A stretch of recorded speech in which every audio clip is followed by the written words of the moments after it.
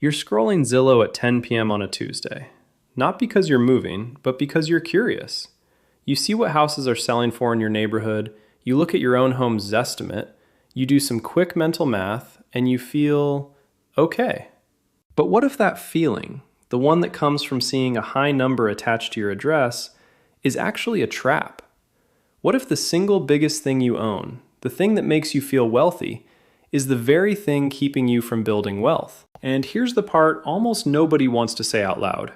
Some of the people who look the richest from the street are often the ones under the most financial pressure behind the front door. They have the lawn, the driveway, the kitchen island, the open concept, everything. But the balance sheet underneath that image tells a very different story. And once you see that pattern, you can't unsee it. My name is Nick, and I spend most of my time deconstructing why two people with the same salary can end up in completely different financial worlds a decade later. And a huge piece of that puzzle is how they think about their house. This isn't a video about curb appeal. It's about the financial architecture behind the walls. We're going to walk through three distinct net worth levels: $100,000, $1 million, and the coveted $10 million mark. At each stop, we're not just looking at the house, we're looking at the balance sheet. And what we're going to uncover is a powerful, counterintuitive truth about how the wealthy really use their homes. Spoiler alert, the secret we'll expose at the $10 million level will fundamentally change how you see your own house forever. If you've ever looked at your finances and wondered why the numbers don't seem to add up, subscribe and hit that like button, because we're about to find the leak. But before we get there, I need you to keep one question in the back of your mind the entire time. Is your house building your freedom, or is it quietly delaying it? Because by the end of this video, that question is going to feel a lot less abstract and a lot more personal. Before we step inside the first home, we have to talk about the great financial deception that's been sold to generations.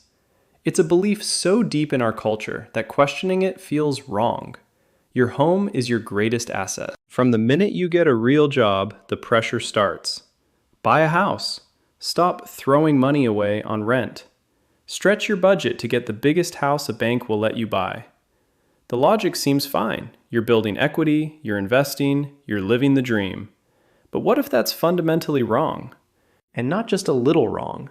What if that one idea is the reason so many hardworking people spend 10, 15, 20 years doing all the right things and still feel financially boxed in? What if the problem isn't laziness or low income or bad luck, but the fact that they aimed their biggest financial effort at the wrong target? To get why, we have to go back to a simple but life-changing definition from Robert Kiyosaki. An asset puts money in your pocket. A liability takes money out of it. Now, think about your primary home. Does it put money in your pocket, or does it relentlessly take it out? You have the mortgage, property taxes that only go up, insurance, maintenance, and then the big hits, the new roof for $20,000, the HVAC system that dies on the hottest day of the year. For almost everyone, their home is a cash-eating machine. By that strict definition, it's a liability.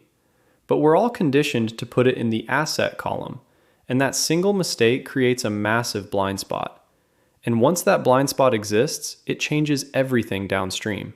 It changes how much house you buy. It changes how much risk you're willing to take. It changes how much extra cash you keep liquid, how aggressively you invest, and even how you define success. This is why two people can earn the same amount of money and still end up in completely different financial universes. One sees a house as proof of wealth. The other sees it as something that must stay in its proper place. Let's make it tangible. Imagine Sarah and Tom. Same job, same $70,000 salary. Tom does what you're supposed to do. He saves up and buys a nice starter home for $360,000. With taxes and insurance, his monthly payment is around $2,400. After all his bills, there's not much left to invest. But that's fine, he thinks. My house is my investment. Sarah does something different. She rents a comfortable apartment for $1,600 a month. Her friends think she's crazy. What they don't see is she takes that $800 difference and invests it automatically every month into a low-cost index fund. For the first few years, Tom feels like he's winning. He hosts parties in his backyard. His home's value creeps up. Sarah is just quietly living her life, her investment account growing in the background. And this is exactly why the trap is so effective. In the beginning, it usually feels good. It feels respectable. It feels adult. The monthly payment feels like progress. The Zillow estimate going up feels like momentum. Tom can point to a physical thing and say, "That's mine." Sarah's wealth, by contrast, looks invisible for a long time.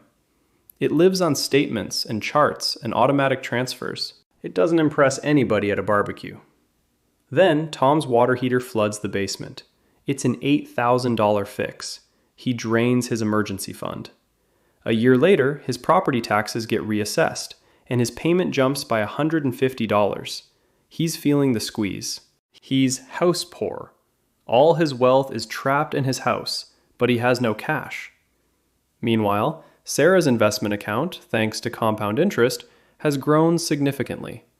After 10 years, not only does she have a substantial nest egg that's liquid and paying her dividends, but it has grown far faster than the equity Tom has painstakingly built. Tom has a net worth tied up in brick and mortar. Sarah has a financial engine working for her 24/7. This is the great deception. We're taught to chase equity in an illiquid, expensive liability, while the wealthy focus on acquiring cash-flowing assets. And this becomes painfully clear at our first stop, because the first household we're about to walk into doesn't look reckless. It looks normal, stable, safe, which is exactly why the danger is so easy to miss. Let's open the door to the $100,000 net worth household. It's important to know who this is. This isn't poverty. According to the latest Federal Reserve data, the median household net worth in America is around $192,900. So this household is right in the middle of the American middle class. They are hardworking people, likely in their 30s, playing by all the rules. So what does their home look like? It's probably a 1,800 square foot, 3-bedroom home built in the 90s, located in a suburb with a reasonable cost of living. The kitchen has laminate counters and oak cabinets. It's a solid, comfortable home. The picture of stability. Now, let's look at the numbers behind it. This is where it gets complicated. The home has a market value of, say, $350,000, which is close to the current U.S. median sale price. They bought it with a small down payment a few years ago, and now have a remaining mortgage of around $270,000. So their home equity, the part they actually own, is $80,000. Their total net worth is $100,000. This means a staggering 80% of their entire family wealth is trapped in this one single illiquid property. The other $20,000 is a small 401k and a little cash in the bank. This structure is incredibly common, and it's incredibly dangerous. This family is living deep inside the house-rich, cash-poor trap. And the reason it's so dangerous is not just because the money is stuck. It's because life doesn't hit you in neat, predictable installments. It hits sideways. A car dies. A child needs something expensive. A layoff lands at the wrong time. A medical bill shows up. And when 80% of your wealth is locked inside walls you cannot easily access, every surprise becomes more stressful than it should be. Day to day, this feels like being on a financial treadmill. Their mortgage, with taxes and insurance, might be $2,200 a month, a huge chunk of their income. But that's just the start. 1 year, property taxes go up 5%. That's an extra $25 a month, forever.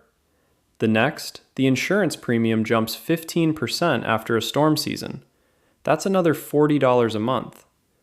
The dishwasher leaks, $600. The fence needs replacing, $4,000.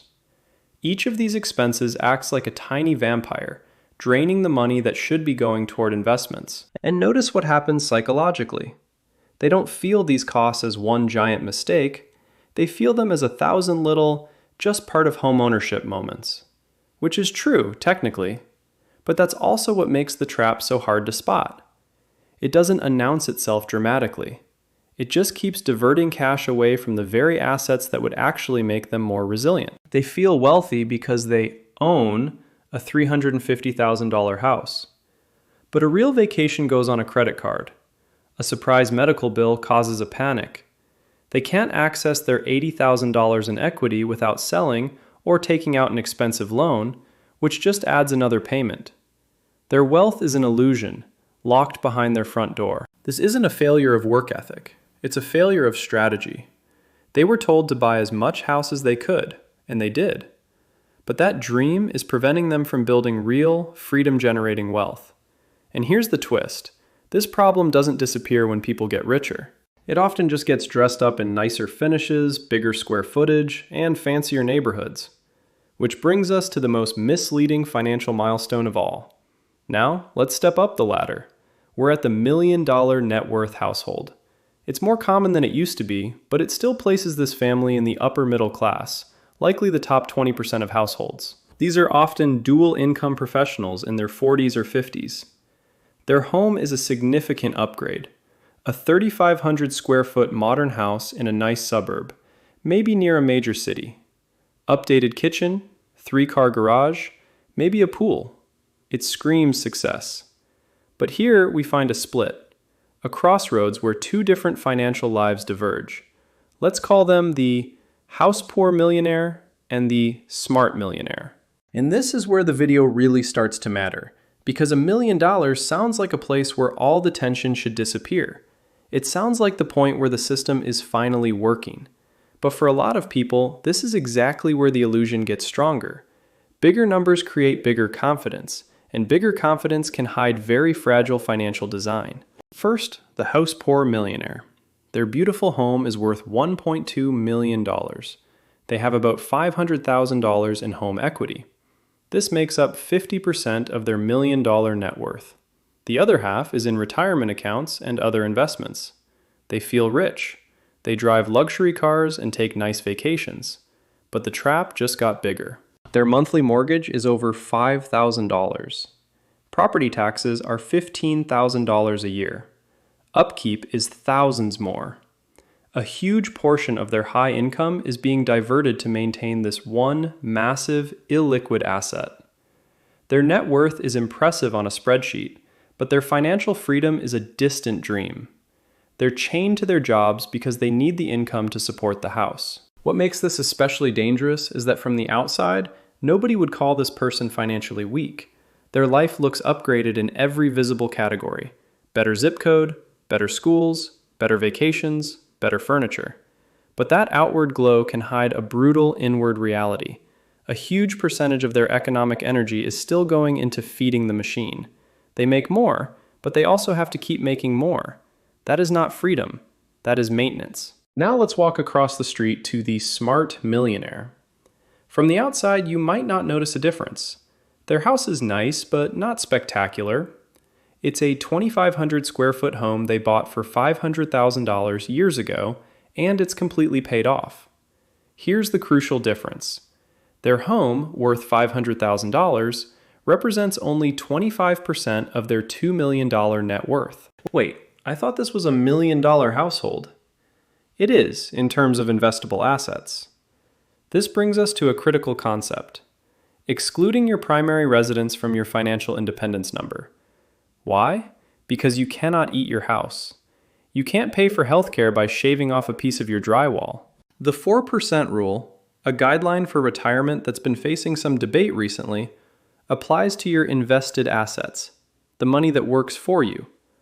Your house is a personal use asset that costs you money. The smart millionaire gets this.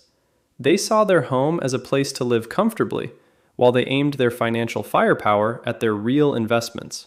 So while the house poor millionaire has $500,000 in investments, the smart millionaire has $1.5 million. That $1.5 million is a financial engine, generating dividends and capital gains around the clock.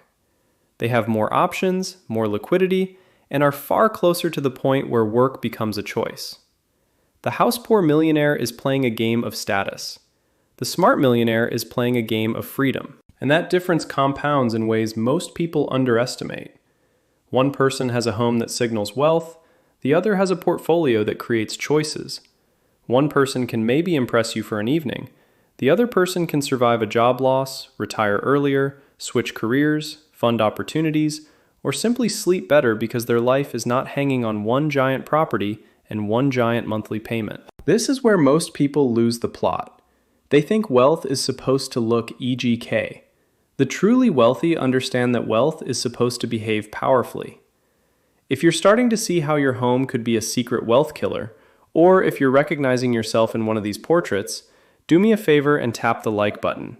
It tells the algorithm this is a critical conversation we need to have. Now we've seen the trap at 100K and the crossroads at 1 million. But what happens when you reach the top 1%? The answer isn't just a bigger house. It's a completely different financial philosophy that flips everything we've been taught upside down. You do not want to miss this. Because the real surprise at the $10 million level isn't how luxurious the house gets. It's how small the house becomes relative to the machine behind it. And once you see that ratio, the middle-class version of success starts to look very different. Welcome to the pinnacle, the world of the $10 million plus net worth household. This is top 1 to 2% territory. This wealth isn't from a salary. It's from founding a company, from equity, from ownership. So what does their home look like? Anything they want. An 8,000 square foot custom estate in Beverly Hills, a penthouse overlooking Central Park, chef's kitchen, home theater, infinity pool. It's a masterpiece, a statement. It's easy to look at this and assume this is where all their money is. But here's the most important lesson of this entire video. The estate might be valued at an eye-watering $8 million, and they likely own it outright. But let's say their total net worth is $40 million. Let that sink in. This spectacular $8 million mansion represents just 20% of their total net worth. According to Federal Reserve data, for the wealthiest households, the primary residence makes up a progressively smaller share of their assets, often dropping below 15 to 20%. This is the grand revelation, the secret. For the wealthy, their primary residence is not an investment. It is a consumption item. That sentence is where everything flips, because for most people, a home is loaded with emotional and financial meaning. It's security, identity, status, memory, proof that they made it. But for the truly wealthy, the emotional meaning may still be there, while the financial meaning is completely different. The house is not expected to carry the weight of their future. It is not the engine. It is not the plan. It is simply one expensive thing they can comfortably afford because the real plan is happening elsewhere. They treat their multi-million-dollar home the same way they treat a luxury car or a piece of art. It's a luxury good they can afford to enjoy because the rest of their net worth, the other 80 to 90%, is working for them. That other $32 million isn't in a savings account. It's a portfolio of productive, cash-flowing assets. $20 million in stocks and bonds, $8 million in private businesses, $4 million in income-producing commercial real estate. This engine generates millions a year in dividends and capital gains. That is what pays for the mansion, the staff, the taxes, and the lifestyle. Their home doesn't fund their lifestyle. Their assets fund their lifestyle. The house is a result of their wealth, not the source of it. This is the complete inversion of the middle-class mindset. The 100K household has 80% of their wealth trapped in an illiquid liability. The $10 million plus household has less than 20% spent on a luxury item, while the other 80% plus is actively making them richer. They flipped the pyramid upside down. While the average person tries to turn their biggest expense into an investment, the wealthy person treats their biggest expense as just that, an expense, and focuses their investing elsewhere. And that is why wealthy people can own homes that look financially irrational to everyone else. The mansion is not reckless when it sits on top of a giant machine. The same purchase becomes dangerous only when people try to imitate the appearance of wealth without owning the engine that supports it. This is one of the most expensive mistakes people make, copying the visible lifestyle of someone whose invisible balance sheet they do not understand. Once you understand that, a lot of modern financial behavior suddenly makes sense. The wealthy aren't anti-house. They're anti-confusion. They know exactly what the house is, what it costs, and what it is not supposed to do. We've seen how a house can be a trap, a crossroads, or an afterthought. Through it all, one simple, powerful rule separates the financially savvy from the financially stuck. Your primary residence should ideally represent no more than 20 to 30% of your total net worth, and as your wealth grows, that percentage should fall. This is a strategic imperative. Let's break down how to apply it. And if that rule feels uncomfortable, good, it should. Because most people have never been taught to evaluate a house this way. They've been taught to ask, can I get approved? Or, what monthly payment can I survive? Very few people are taught to ask the much more important question, what will owning this house do to the rest of my wealth-building life? For someone just starting out, this rule seems impossible. If your net worth is $20,000, you can't buy a house for $6,000. And that's okay. The key is the trajectory. In your 20s and 30s, your home might be a huge percentage of your net worth, but as you earn more and invest, you have to actively work to bring that percentage down. Let's rerun our numbers with the rule in mind. The $100,000 net worth household. Instead of having $80,000 in home equity, 80%, the goal is to have it closer to $30,000, 30%. The other $70,000 should be in liquid, invested assets like a 401k. This might mean renting longer to build that investment base first, or buying a much more modest starter home. The $1 million net worth household. Instead of 50% in home equity, they should aim for less than 30%. A home worth $300,000 of their net worth would leave $700,000 in productive assets, turbocharging their journey to freedom. The $10 million plus net worth household. They are masters of this rule. Their home is a small fraction of their wealth, which allows the vast majority of their capital to keep working for them. Now, I can hear the objection, but my house has appreciated so much. What about that equity? Home appreciation creates what some planners call dead equity. It's wealth that is locked up, unproductive, and still costing you money every month. You can access it through a loan, but that just means taking on more debt and another payment. The equity in your stock portfolio is active equity. It pays you dividends. It represents ownership in productive companies. The goal is to minimize dead equity and maximize active equity. And this is where a lot of people get emotionally stuck. Because the house may have gone up in value, and that feels validating. It feels like proof the strategy worked. But appreciation alone does not mean the structure is healthy. If all your gains are trapped in an asset that is expensive to maintain and difficult to access, you may be richer on paper while remaining constrained in real life. That is not useless, but it is not the same thing as durable freedom. Applying this rule requires a profound mindset shift. You have to stop seeing your home as your primary investment and start seeing it as your home, a place for safety and memories. You have to separate the emotional decision of buying a home from the financial strategy of building wealth. Live in a home you can comfortably afford, but direct your serious investment capital to assets designed to do one thing: make more money. And if you do that consistently, something subtle but powerful starts happening. Your house becomes lighter, not physically, but financially. It stops dominating every decision. It stops being the giant thing you have to protect at all costs. And once that happens, the rest of your wealth finally gets room to grow. From the starter home to the estate, the secret we uncovered has nothing to do with the size of the kitchen.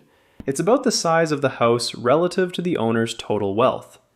The dream of home ownership becomes a nightmare when the house itself suffocates your ability to build real, liquid wealth. The house poor trap is real, and it's the invisible anchor holding millions back. But now you know the rule to escape it. Wealth isn't built inside the four walls of your house. It's built by the assets you accumulate outside of it. The house is just the reward you get to enjoy once that wealth is truly built. And maybe that's the biggest shift of all. The house was never supposed to be your identity, your retirement plan, and your wealth engine all at once. That's too much weight to put on one thing. Once you stop demanding that from your home, you can finally use it properly, as shelter, as lifestyle, as comfort, as a place to live your life, not as the entire strategy holding your future together. So be honest. Which level are you on? And what percentage of your net worth is currently locked up in your primary residence? Let me know in the comments below. This is a judgment-free zone for a real conversation. If this video opened your eyes, make sure to subscribe for more financial truths they don't teach you in school. And check out our next video, where we break down the 6 distinct levels of wealth you need to know about on your financial journey.